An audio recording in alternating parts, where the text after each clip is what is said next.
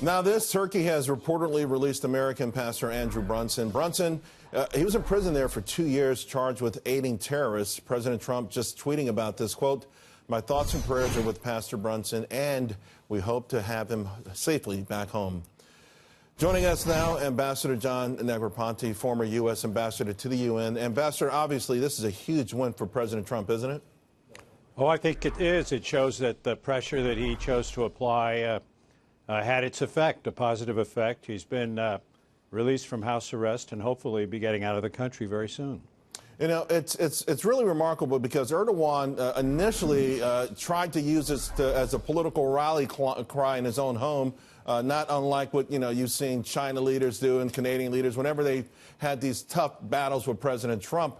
But I think it underscores that we are the most powerful nation in the world, and when there's injustice, we should probably use our might to sort of correct those things.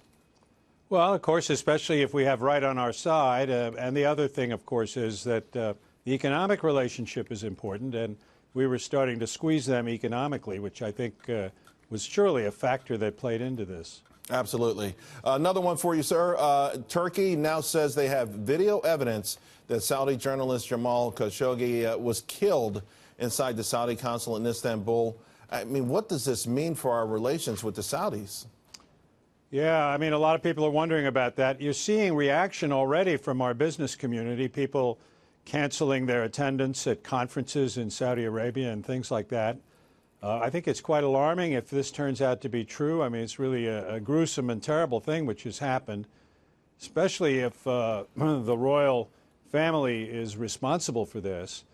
In the past, of course, we haven't put that much weight on the Saudi human rights performance because we and the rest of the world were so dependent on their production of oil.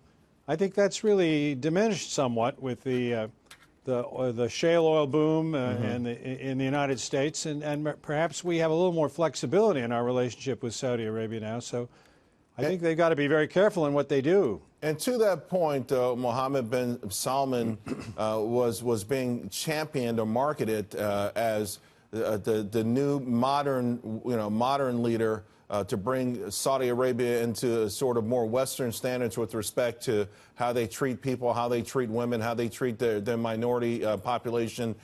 This is a significant setback to this. Do you think it's enough to even create turmoil there where maybe MBS is asked to step down? Yeah, I wouldn't be able to hazard a guess on that. I'm certain it's certainly mixed signals. Give the women the right to drive, but then start arresting women activists. Now this situation, if the government has something to do with it.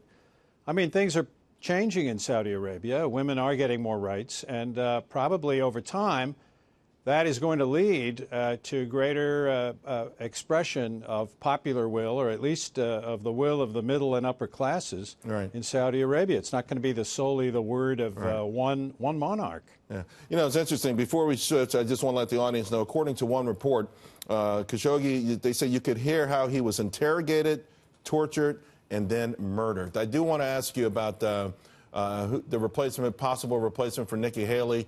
Apparently, Dina Powell withdrew her name for consideration. Any thoughts on this? Well, first of all, I hope whoever it is, it ought to be somebody who's got the confidence of the president.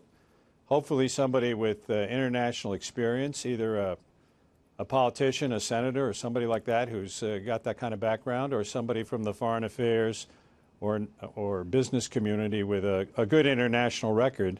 But I always think in jobs like this, especially if you're going to be a member of the cabinet, you have to have a good relationship with the president so that when the people in New York are talking to you, they know that you're somebody who's got the confidence of your head of state. Ambassador, thank you very much. Always appreciate it. Yeah, Charles, thank you.